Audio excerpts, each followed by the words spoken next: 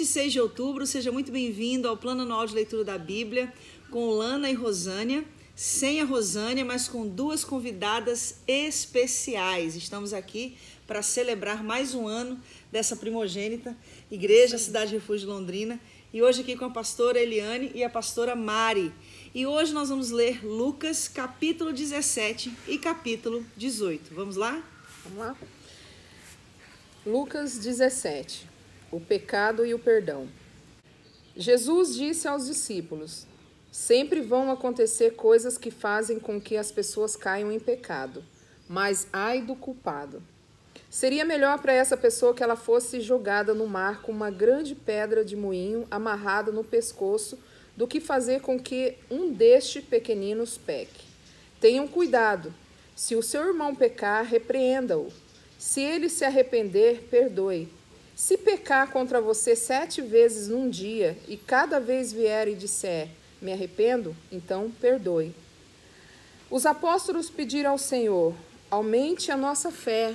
E ele respondeu, se a fé que vocês têm fossem do tamanho de uma semente de mostarda, vocês poderiam dizer a esta figueira brava, arranque-se pelas raízes e vá se plantar no mar, e ela obedeceria. Jesus disse, façam de conta que um de vocês tem um empregado que trabalha na lavoura ou cuida de ovelhas. Quando ele volta do campo, será que você vai dizer, venha depressa e sente-se à mesa? Claro que não. Pelo contrário, você dirá, prepare o jantar para mim, ponha o avental e me sirva enquanto eu como e bebo. Depois você pode comer e beber. Por acaso o empregado merece agradecimento porque obedeceu às suas ordens? Assim deve ser com vocês. Depois de fazerem tudo o que foi mandado, digam, somos empregados que não valem nada, porque fizemos somente o nosso dever. Jesus continuava viajando para Jerusalém e passou entre as regiões de Samaria e da Galiléia. Quando estava entrando num povoado, 10 leprosos foram se encontrar com ele. Eles pararam de longe e gritaram, Jesus, mestre, tenha pena de nós. Jesus os ouviu e disse, vão e peçam aos sacerdotes que examinem vocês. Quando iam pelo caminho, eles foram curados. E quando um deles, que era samaritano, viu que estava curado, voltou louvando a Deus em voz alta. Ajoelhou-se aos pés de Jesus e lhe agradeceu. Jesus disse, os homens que foram curados eram 10. Onde estão os outros 9? Por que somente esse estrangeiro voltou para louvar a Deus? E Jesus disse a ele, levante-se e vá. Você está curado porque teve fé. Alguns fariseus perguntaram a Jesus quando ia chegar ao reino de Deus. Ele respondeu, quando o reino de Deus chegar, não será uma coisa que se possa ver. Ninguém vai dizer, vejam, está aqui ou está ali, porque o reino de Deus está dentro de vocês. Então ele disse aos discípulos, chegará o tempo em que vocês vão querer ver um dos dias que o Filho do Homem já tiver chegado, mas não verão. Alguns vão dizer a vocês, olhem aqui, olhem ali, porém não saiam para procurá-lo, porque assim como o relâmpago brilha de uma ponta do céu até outra, assim será no dia em que o Filho do Homem vier. Mas primeiro, ele precisa sofrer e ser rejeitado pelo povo de hoje, como foi no tempo de Noé. Assim também será nos dias de antes da vinda do Filho do Homem. Todos comiam e bebiam, e os homens e as mulheres casavam até o dia em que Noé entrou na barca. Depois veio o dilúvio e matou todos. A mesma coisa aconteceu no tempo de Ló. Todos comiam e bebiam, compravam, vendiam, plantavam e construíam. No dia em que Ló saiu de Sodoma, choveu do céu fogo e enxofre e matou todos. Assim será o dia em que o Filho do Homem aparecer. Aí quem estiver em cima da sua casa, no terraço, desça e fuja logo. E não perca tempo entrando na casa para pegar as suas coisas. E quem estiver no campo, não volte para casa. Lembre-se da mulher de Ló. Lembre-se da mulher de Ló. A pessoa que procura os seus próprios interesses nunca terá a vida verdadeira. Mas quem esquece a si mesmo terá a vida verdadeira. Naquela noite, 2 pessoas estarão dormindo numa mesma cama. Eu afirmo a vocês que uma será levada e a outra deixada. 2 mulheres estarão moendo o trigo juntas, uma será levada e a outra deixada. Naquele dia, 2 homens estarão trabalhando na fazenda, um será levado e outro deixado. Então os discípulos perguntaram: Senhor, onde vai ser isso? Ele respondeu: Onde estiver o corpo de um morto, aí se ajuntarão os urubus. Lucas 18. A viúva e o juiz. Jesus contou a seguinte parábola, mostrando aos discípulos que deveriam orar sempre e nunca desanimar. Em certa cidade havia um juiz que não temia a Deus e não respeitava ninguém. Nessa cidade morava uma viúva que sempre procurava para pedir justiça, dizendo: Ajude-me e julgue o meu caso contra o meu adversário. Durante muito tempo, o juiz não quis julgar o caso da viúva, mas afinal pensou assim: é verdade que eu não temo a Deus e também não respeito ninguém. Porém, como esta viúva continua me aborrecendo, vou dar a sentença a favor dela. Se eu não fizer isso, ela não vai parar de vir me amolar até acabar comigo. E o Senhor continuou: prestem atenção naquilo que aquele juiz desonesto disse. Será então que Deus não vai fazer justiça a favor do seu próprio povo, que grita por socorro dia e noite? Será que ele vai demorar para ajudá-lo? Eu afirmo a vocês que ele julgará a favor do seu povo e fará isso bem depressa. Mas quando o Filho do Homem vier, será que vai encontrar fé na terra? O fariseu e o cobrador de impostos. Jesus também contou essa parábola para os que achavam que eram muito bons e desprezavam os outros. 2 homens foram ao templo para orar. Um era fariseu e o outro cobrador de impostos. O fariseu ficou de pé e orou sozinho assim: Ó Deus, eu te agradeço porque não sou avarento, nem desonesto, nem imoral, como as outras pessoas. Agradeço-te também porque não sou como este cobrador de impostos. Jejuo 2 vezes por semana e te dou a 10ª parte de tudo o que ganho. Mas o cobrador de impostos ficou de longe e nem levantava o rosto para o céu. Batia no peito e dizia: Ó Deus, tem pena de mim, pois sou pecador. E Jesus terminou dizendo: Eu afirmo a vocês que foi este homem e não o outro que voltou para casa em paz com Deus. Porque quem se engrandece será humilhado e quem se humilha será engrandecido. Jesus e as crianças. Depois disso, algumas pessoas levaram as suas crianças a Jesus para que ele as abençoasse. Mas os discípulos viram isso e repreenderam aquelas pessoas.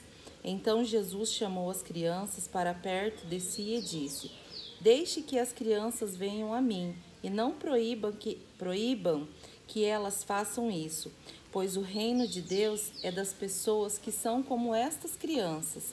Eu afirmo a vocês que isto é verdade. Quem não recebe o reino de Deus como uma criança nunca entrará nele. O moço rico. Certo líder judeu perguntou a Jesus: Bom mestre, o que devo fazer para conseguir a vida eterna? Jesus respondeu: Por que você me chama de bom? Só Deus é bom e mais ninguém. Você conhece os mandamentos?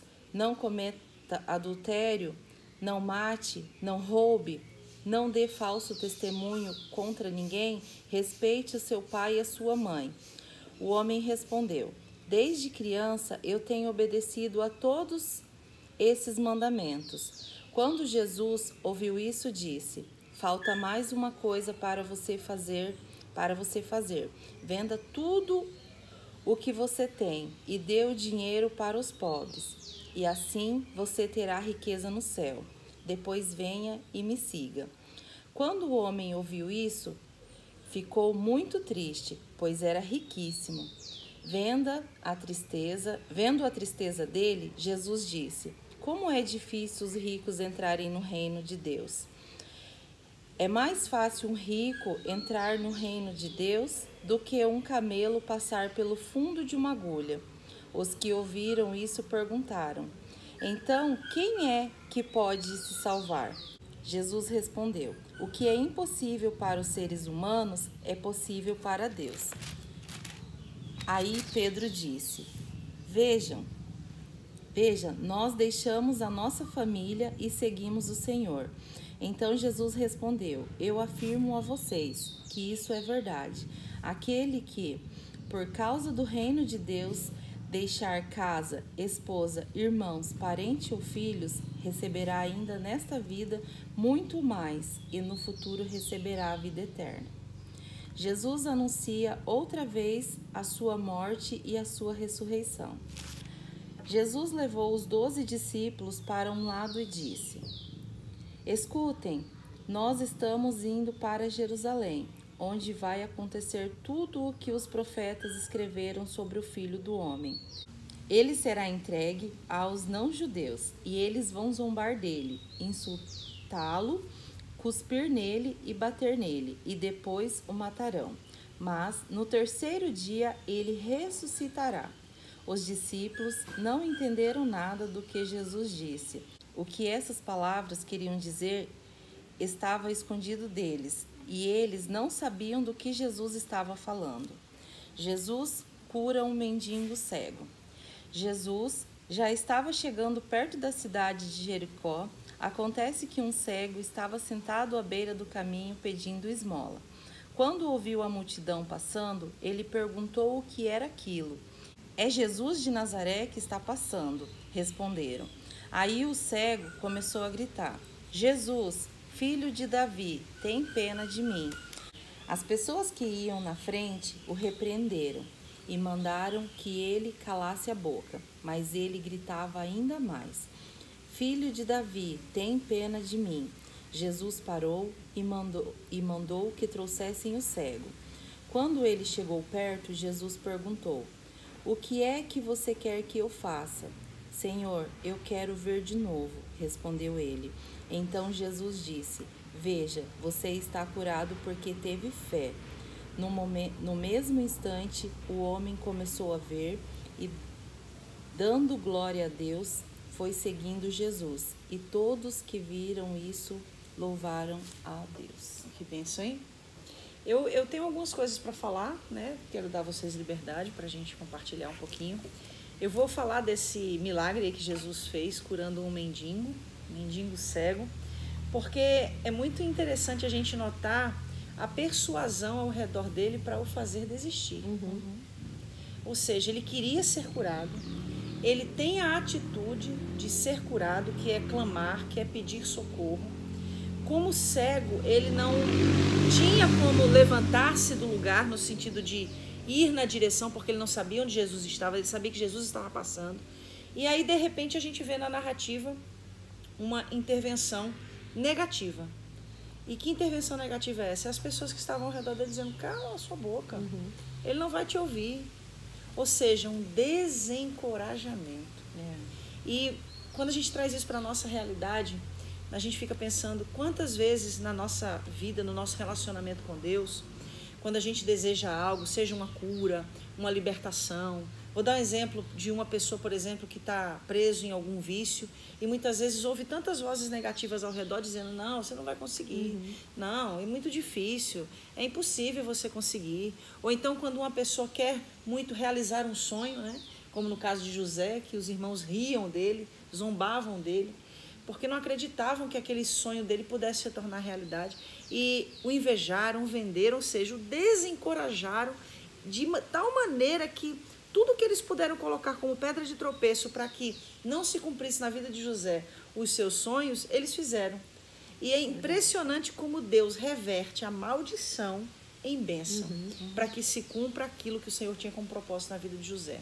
Mas dentro do contexto, vamos voltar aqui para o cego, é que havia todo um ambiente despropício, havia toda uma situação inoperante, onde ele não teria como conseguir, e havia ainda o desencorajamento: cala a sua boca, ele não vai te ouvir.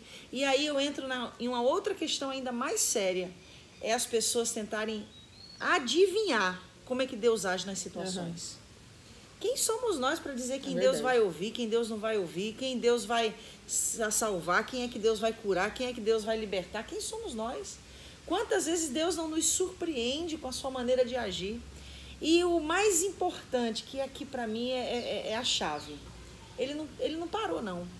Ele gritou ainda mais alto. E aqui fica uma palavra assim, de encorajamento para quem está nos assistindo. É verdade. Né? Sejam lá as vozes que estão surgindo aí ao seu redor, dizendo que você não vai conseguir, dizendo para você desistir, dizendo para você calar a boca, dizendo para você parar de sonhar. Sonhe mais, fale mais com Deus, busque mais, creia mais, porque foi o que ele fez. O que chama atenção aqui nesse milagre é que Jesus fala para ele assim, ó, veja, você está curado porque teve fé. Então a fé é acreditar naquilo que a gente não sabe. A fé é você acreditar que você vai e que não tem o degrau, mas que Deus vai colocar o degrau. É você acreditar que você vai andar sobre as águas e se você tiver fé, você não vai afundar. Sim. Então aqui é fundamental, a fé é fundamental. É lindo ver a fé dele, né? Naquele momento de desespero. Muitas vezes as pessoas estão no momento de desespero e elas esquecem que a fé é fundamental para aquele momento. Se você tiver fé, você vai ser curado. E a fé não olha impossibilidade. Não. Aqui é interessante porque houve uma atitude, né? Diante de uma situação. Ele estava ali incapacitado, digamos assim, com um monte de vozes ao redor dele. Ele estava ali, muitos tentavam barrar ele, mas ele teve uma atitude.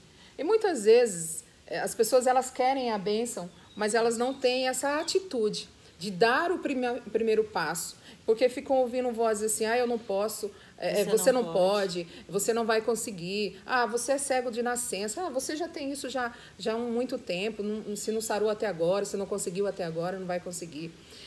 E as pessoas ouvem isso e guardam e pegam isso. Mas aqui esse cego ele teve uma atitude.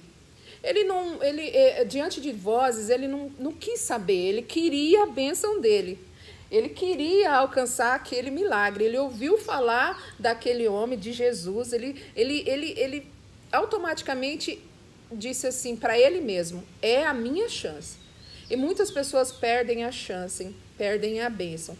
Por quê? Porque ficam ouvindo vozes, veem muito obstáculo e aí não dá esse primeiro passo. Dê o primeiro passo, dê um passo de atitude na vida. E eu tenho certeza que assim como esse cego recebeu essa vitória, né? Essa cura. E não foi só uma cura, né? Foi a salvação que é mais importante ainda, né? Tenha você aí, dê esse primeiro passo. Tenha uma atitude de fé.